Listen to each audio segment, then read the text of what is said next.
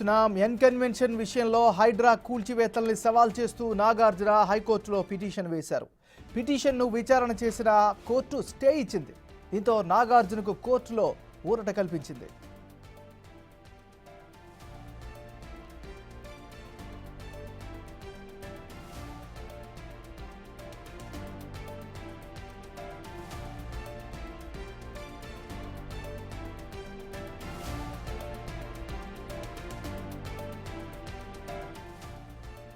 మనం breaking news చూస్తున్నాం. N convention విషయంలో హైడ్రా కూల్చివేతల్ని సవాల్ చేస్తూ నాగార్జున హైకోర్టులో పిటిషన్ వేశారు. పిటిషన్ను విచారణ చేసిన కోర్టు స్టే ఇచ్చింది. దీంతో నాగార్జునకు కోర్టులో ఊరట లభించింది.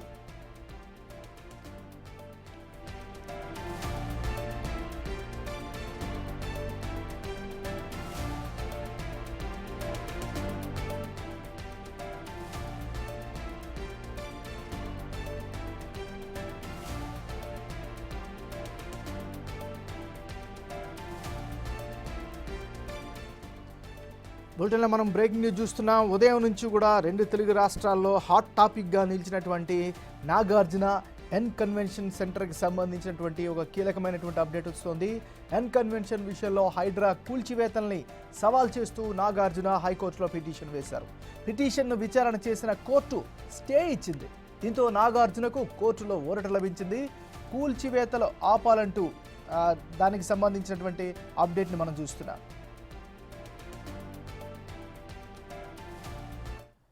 మనం బ్రేకింగ్ న్యూస్ చూస్తున్నాం. ఎన్ కన్వెన్షన్ విషయంలో హైడ్రా కూల్చివేతల్ని సవాల్ చేస్తూ నాగార్జున హైకోర్టులో పిటిషన్ వేశారు. పిటిషన్ను విచారణ చేసిన కోర్టు స్టే ఇచ్చింది. దీంతో నాగార్జునకు కోర్టులో ఊరట లభించింది. కూల్చివేతలు ఆపాలంటూ మధ్యంతర స్టే ఇచ్చింది. ఇక ఇదే అంశానికి సంబంధించి మరింత తాజా సమాచారాన్ని మా అసోసియేట్ ఇన్పుట్ ఎడిటర్ నగేష్ అందిస్తారు. నగేష్, చెప్పండి. ఉదయం 6 గంటల నుంచే హైడ్రా ఏదైతే ఎన్ కన్వెన్షన్ సంబంధించి కూల్చివేతలు ప్రారంభించింది. కానీ చాలా టైం తర్వాత హీరో నాగార్జున తన స్పందనని ట్విట్టర్ ద్వారా తెలియజేశారు. అంటే కూల్చివేతలు ఏదైతే స్టే ఆర్డర్లు మరియు కోర్టు కేసుల విరుద్ధంగా ఎన్ కన్వెన్షన్ సంబంధించి కూల్చివేతలు చేపట్టడం బాధాకరమన్నారు. మా ప్రతిష్టను అంటే ఎవరైతే నాగార్జున ప్రతిష్టను కాపాడడం కోసం కొన్ని వాస్తవాలు తెలియడం కోసం చట్టాన్ని ఉల్లంఘించేలా ఎటువంటి చర్యలు చేపట్టలేదని చెప్పి నాగార్జున ట్విట్టర్లో చెప్పిన పరిస్థితి. పట్టా భూమి ఒక అంగుళం ట్యాంకు ప్లాన్ కూడా ఆక్రమణకు గురికాలని చెప్పి తన ట్విట్టర్లో పేర్కొన్నారు. కానీ ఇది వాస్తవానికి విరుద్ధంగా ఉందని చెప్పి హైడ్రా ఇప్పటికే అక్కడ ఏదైతే ఉందో ఆ ఇరిగేషన్ శాఖ ద్వారా రెవెన్యూ శాఖ ద్వారా కూడా పూర్తి వివరాలు సేకరించింది.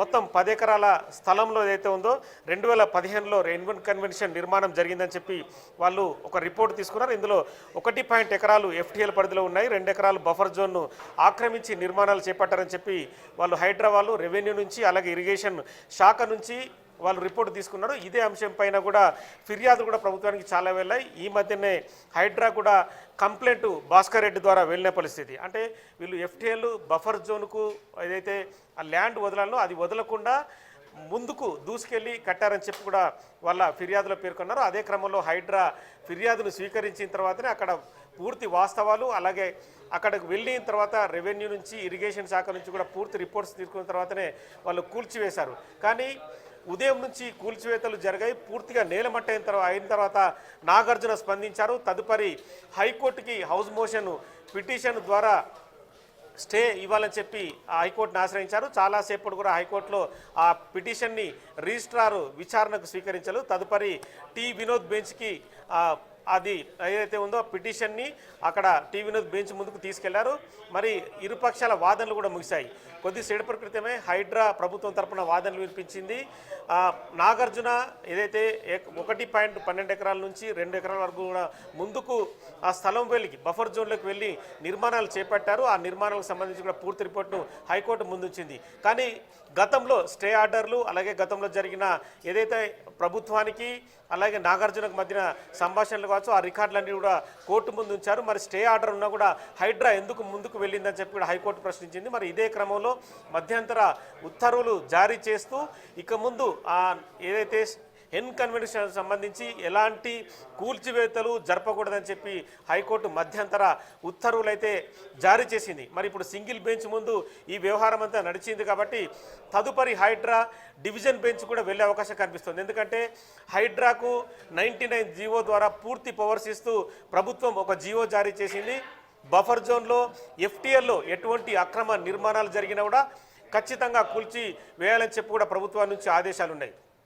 చాలా వరకు హైదరాబాద్తో పాటు హైదరాబాద్ చుట్టుపక్కల ప్రాంతాల్లో చెరువుల అన్యాక్రాంతం, కుంటల అన్యాక్రాంతం జరిగింది కాబట్టి వాటన్నిటిని కూల్చివేసే పన్నే హైడ్రా చేపడుతుంది. ఇదే క్రమంలో హీరో నాగార్జునకు సంబంధించిన ఎన్ కన్వెన్షన్ కూడా హైడ్రా కూల్చివేసింది. ఎందుకంటే ప్రభుత్వము కేవలం పేదలు, మధ్యతరగతి వాళ్ళ నిర్మాణాలే కూల్చివేస్తున్న ఆరోపణలను అతిక్రమించి హైడ్రా ముందుకు వెళ్ళిందని చెప్పొచ్చు. ఎందుకంటే రంగనాథ్ పూర్తిగా ఒక ఆపరేషన్ నిర్వహించాలంటే గ్రౌండ్ రిపోర్ట్తోనే ముందుకు వెళ్తున్నారు. అంటే ఆపరేషన్ నిర్వహించే క్రమంలో ఇరిగేషన్ కానీ, రెవెన్యూ శాఖను కానీ, జిహెచ్ఎంసీని కానీ, హెచ్ఎండిఏని కానీ ఈ 4 శాఖలన్నింటినీ కూడా మిళితం చేస్తూ వాటన్నిటి ద్వారా రిపోర్ట్ని సేకరిస్తూ ముందుకు వెళ్తున్న పరిస్థితి.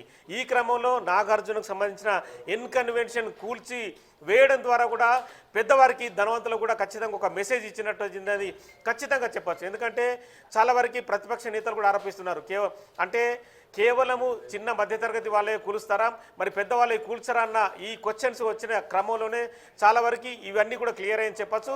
తదుపరి ఇంకా ఏదైతే చెరువుల్లో కానీ, కుంటల్లో కానీ, నాలాల పైన కూడా నిర్మించారో వాళ్ళందరి కూల్చివేతలు ఖచ్చితంగా జరుగుతాయని చెప్పి కూడా చెప్తున్నారు. ఈ ఆపరేషన్ ఏదైతే ఉందో మీడియాకు సమాచారం ఇవ్వకుండా, ఎవ్వరికి సమాచారం ఇవ్వకుండా రాత్రిపూట వెహికల్స్ని ఉదయం పూటనే తరలించి ఉదయం 6 గంటల నుంచి ఆపరేషన్ నిర్వహిస్తున్నారు. ప్రతి శని, ఆదివారంలో ఖచ్చితంగా కూల్చివేతలు ఉంటాయని చెప్పి కూడా హైడ్రా నుంచి ఒక సమాచారం అయితే వస్తుంది. మరి ఈ క్రమంలో కేవలం అయితే సింగిల్ బెంచ్ నుంచే మధ్యంతర ఉత్తర్వులు అయితే జారీ అయ్యాయి. డివిజన్ బెంచ్కి వెళ్ళిన తర్వాత ఈ అక్రమాలకు సంబంధించి ఖచ్చితంగా తాము ముందుకు వెళ్తున్నారని చెప్పి కూడా హైడ్రా చెప్పే అవకాశం కనిపిస్తుంది. ఈ మధ్య కాలంలో జన్వాడ ఫామ్ హౌస్కు సంబంధించి కూడా ప్రదీప్ రెడ్డి ఒక పిటిషన్ దాఖలు చేశారు. ఫామ్ హౌస్ను కూల్చివేస్తున్నారన్న సోషల్ మీడియా ప్రచారం ద్వారా కూల్చివేద్దంటూ వాళ్ళు పిటిషన్ వేశారు. కానీ హైకోర్టు ఒకటే క్లియర్గా చెప్పింది, 99 సంబంధించి ఏదైతే ప్రభుత్వం జీవో జారీ చేసిందో దాని ప్రకారమే కూల్చివేతలు జరపడం సమంజసమని చెప్పి కూడా హైకోర్టు దాని ఉత్తర్వుల్లో పేర్కొంది. కాబట్టి తదుపరి డివిజన్ బెంచ్ ముందు కూడా ఇదే అంశాన్ని హైడ్రా ప్రస్తావించే అవకాశం కనిపిస్తుంది. ఆ డివిజన్ బెంచ్కు వెళ్ళిన తర్వాత విచారణ క్రమం ఎలా ఉంటుంది, మరి నాగార్జునకు కేవలం సింగిల్ బెంచ్ ఇచ్చిన ఊరట మరి తదుపరి వస్తుందా లేదని కూడా మళ్ళీ మంగళవారంలో తెలిసే అవకాశం కనిపిస్తుంది. నగేష్, ఇంకో విషయం చెప్పండి, ఈ హైకోర్టు స్టే ఏదైతే విధించిందో ఇది ఎన్ కన్వెన్షన్ సెంటర్కి మాత్రమే పరిమితమా, లేదా చుట్టుపక్కల ఉన్నటువంటి అక్రమ నిర్మాణాలు కావచ్చు, లేకపోతే నిబంధనలకు విరుద్ధంగా వచ్చినటువంటి తాత్కాలిక కట్టడాలకు కూడా వర్తిస్తుందా? మిగతా ఏ వాటికి కూడా వర్తించదు. ఎందుకంటే బఫర్ జోన్లో, ఎఫ్టీఎల్లో ఎవరైతే నిర్మాణాలు చేపట్టారో అవన్నీ కూడా అక్రమమే అని చెప్పి కూడా జీవో 99 స్పష్టం చేస్తుంది. ఎందుకంటే జీవో 99 ప్రభుత్వం జారీ చేయడమే ప్రభుత్వ భూములని అన్యాక్రాంతం కాకుండా కాపాడడమే ఒక లక్ష్యంగా పెట్టుకుంది. ఎందుకంటే హైదరాబాద్లో భారీ వర్షాలు వచ్చిన తర్వాత చాలామంది ప్రజలు తమ ఇళ్లలోకి నీళ్లు చేరుతున్నాయని చెప్పి ఆరోపణలు వినిపిస్తున్నారు. కానీ ఆ భూములు, ఆ నిర్మాణాలు కొన్న ప్రాంతాలన్నీ కూడా లోతట్టు ప్రాంతాలు, ఎఫ్టీఎల్ పరిధిలో ఉన్నవి, బఫర్ జోన్లో ఉన్న చాలా వరకు నిర్మాణాలు జరుగుతున్నాయి. చాలా రియల్ ఎస్టేట్ కంపెనీలు కూడా ప్రజల్ని మోసం చేస్తూ నిర్మాణాలు చేపడుతున్న పరిస్థితి. అంటే అధికారులకు డబ్బులు ఇస్తూ పర్మిషన్లు తీసుకొస్తూ వాళ్ళంతా నిర్మాణాలు చేపడుతున్నారు. కానీ భారీ వర్షాలు వచ్చిన తర్వాతనే ప్రజలకు పూర్తి విషయం అవగతమవుతుంది. మరి అటువంటి పరిస్థితుల్లో నడుమునోతు నీళ్లలో మరి ప్రజలు ఉండాల్సిన అవసరము ఏర్పడుతున్న పరిస్థితిని చాలా చోట్ల మనం మీడియా ద్వారా మనమే చెప్తున్నాం. కానీ ఇవన్నీ కూడా ఖచ్చితంగా కట్టడి చేయాలని చెప్పి కాంగ్రెస్ ప్రభుత్వం భావించిందని చెప్పవచ్చు. ఈ క్రమంలో మిగతా వేటికి కూడా ఈ స్టే ఆర్డర్ వర్తించదు. కేవలం ఎన్ కన్వెన్షన్కి సంబంధించి కూల్చివేతకు సంబంధించే మధ్యంతర ఉత్తర్వులు జారీ అయ్యి డివిజన్ బెంచ్కి వెళ్ళిన తర్వాత ఆ తీర్పు ఉంటుందా లేదంటే ఆ డివిజన్ బెంచ్ కొట్టివేస్తుందా అని కూడా మరో 2 రోజుల్లో తెలిసే అవకాశం కనిపిస్తుంది. Thank you Nagesh.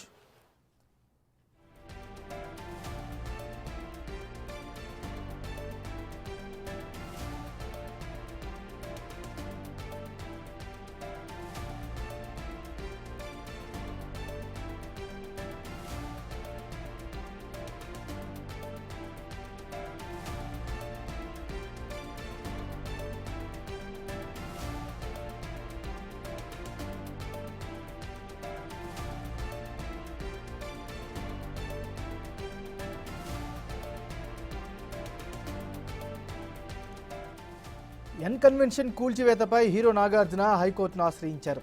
హైకోర్టులో హౌస్ మోషన్ పిటిషన్ను దాఖలు చేశారు నాగార్జున. హైడ్రా అక్రమ కూల్చివేతలపై స్టే ఇవ్వాలని హైకోర్టును నాగార్జున కోరారు. ఈ పిటిషన్పై రిజిస్టర్ ఇంకా నిర్ణయం తీసుకోలేదని తెలుస్తోంది.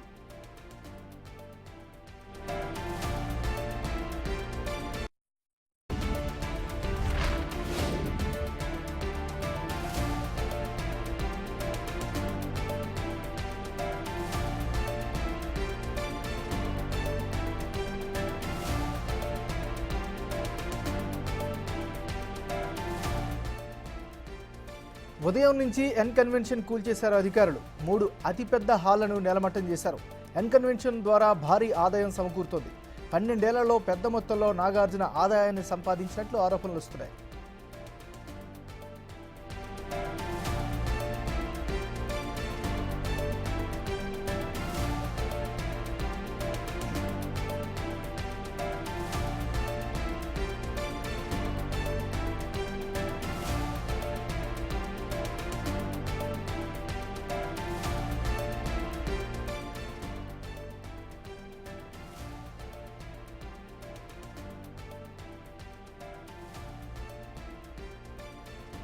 ఎన్ కన్వెన్షన్ కూల్చివేతపై హీరో నాగార్జున హైకోర్టును ఆశ్రయించారు. హైకోర్టులో హౌస్ మోషన్ పిటిషన్ దాఖలు చేసిన నాగార్జున హైడ్రా అక్రమ కూల్చివేతలపై స్టే ఇవ్వాలని హైకోర్టును నాగార్జున కోరారు.